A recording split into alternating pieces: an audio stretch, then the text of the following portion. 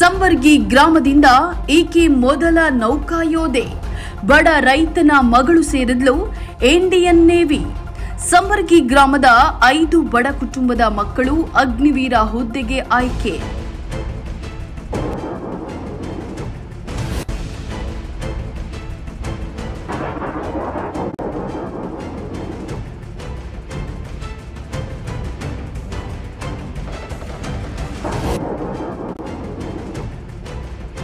ಹೌದು, 2025ರಲ್ಲಿ ನಡೆದ ಭಾರತೀಯ ಸೇನೆಯ ಅಗ್ನಿವೀರ ನೇಮಕಾತಿಯಲ್ಲಿ ಅಥಣಿ ತಾಲೂಕಿನ ಸಂಬರ್ಗಿ ಗ್ರಾಮದ 5 ಯುವಕರು ಅಗ್ನಿವೀರರಾಗಿ ಒಬ್ಬಳು ನೌಕಾಯೋಧಿಯಾಗಿ ಆಯ್ಕೆಯಾಗಿದ್ದು, ಸತತ ಪ್ರಯತ್ನ ಹಾಗೂ ಪರಿಶ್ರಮದ ಫಲವಾಗಿ ತಂದೆ ತಾಯಿಗಳ ಪಟ್ಟ ಕಷ್ಟಕ್ಕೆ ಸತತ ಪರಿಶ್ರಮ ಪಟ್ಟು ಬೀರು ಕಾರಕೆ, ಕಿರಣ್ ವಾವರೆ, ಸಂದೀಪ್ ಕಾಂಬಾಳೆ, ಚೇತನ್ ನರೋಟೆ, ಸೌರಭ್ ಮಾನೆ ಹೀಗೆ 5 ಜನ ಯುವಕರು ಅಗ್ನಿವೀರರಾಗಿ ಹಾಗೂ ರಿಯಾ ಲಾಂಡಗೆ ಮೊದಲ ನೌಕಾಯೋಧಿಯಾಗಿ ಆಯ್ಕೆಯಾಗುವ ಮೂಲಕ ಗ್ರಾಮದ ಕೀರ್ತಿಯನ್ನ ಹೆಚ್ಚಿಸಿದ್ದು ಗ್ರಾಮಸ್ಥರು ಮೆಚ್ಚುಗೆಯನ್ನ ವ್ಯಕ್ತಪಡಿಸಿದ್ದಾರೆ.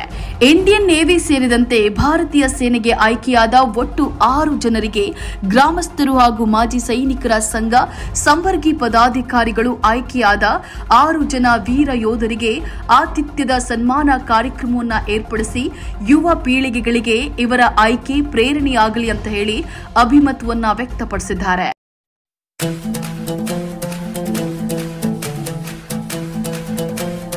ಈ ಗೆಲ್ಲೋದು ತಡವಾದ್ರೆ ಪರವಾಗಿಲ್ಲ, ಆದ್ರೆ ಒಮ್ಮೆ ಗೆದ್ರೆ ಎದುರಾಳಿಯ ಎದೆಯಲ್ಲಿ ನಡುಕ ಹುಟ್ಟಿಸುವಂತಿರಬೇಕು ಎಂಬುದಕ್ಕೆ ಈ ಅಗ್ನಿವೀರ ಯುವಕರೇ ಸಾಕ್ಷಿ ನೋಡಿ.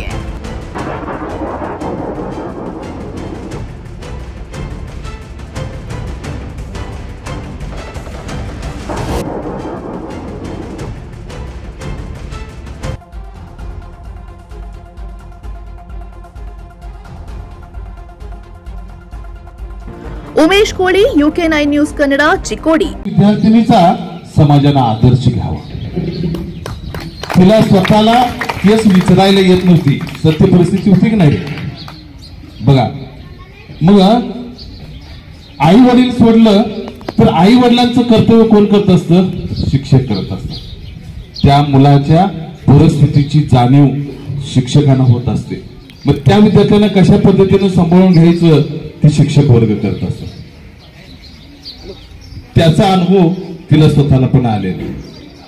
तर अशा परिस्थितीतून अशा एका उंच शिखरापर्यंत जाण्याचं कार्य करते आणि आपल्या आई वडिलांचं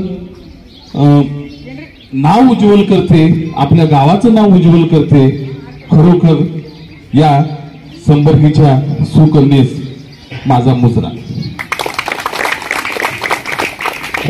आज या ठिकाणी बाकीचे ही 5 मुलं आहेत, ही माझ्याच हाताखाली शिकून गेलेले. सैनिक संघटना संबर्गी आणि माझ्या शिक्षकांचं माझं एवढं कौतुक केल्याबद्दल मनपूर्वक आभार मानते. आज मी इथेपर्यंत पोहोचले याचं श्रेय फक्त माझ्या आईवडिलांना आणि माझ्या शिक्षणानं जातं. कारण माझ्या आईवडिलांनी आपली परिस्थिती नसताना सुद्धा खूप काबाड कष्ट करून मला इथेपर्यंत शिकवून इथेपर्यंत पोहोचलो आहे.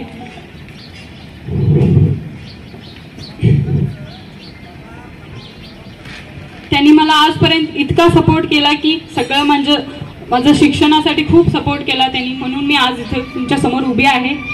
तर माझ्या माझं सगळं श्रेय माझ्या आईवडिलांना आणि माझ्या शिक्षकांना जातं.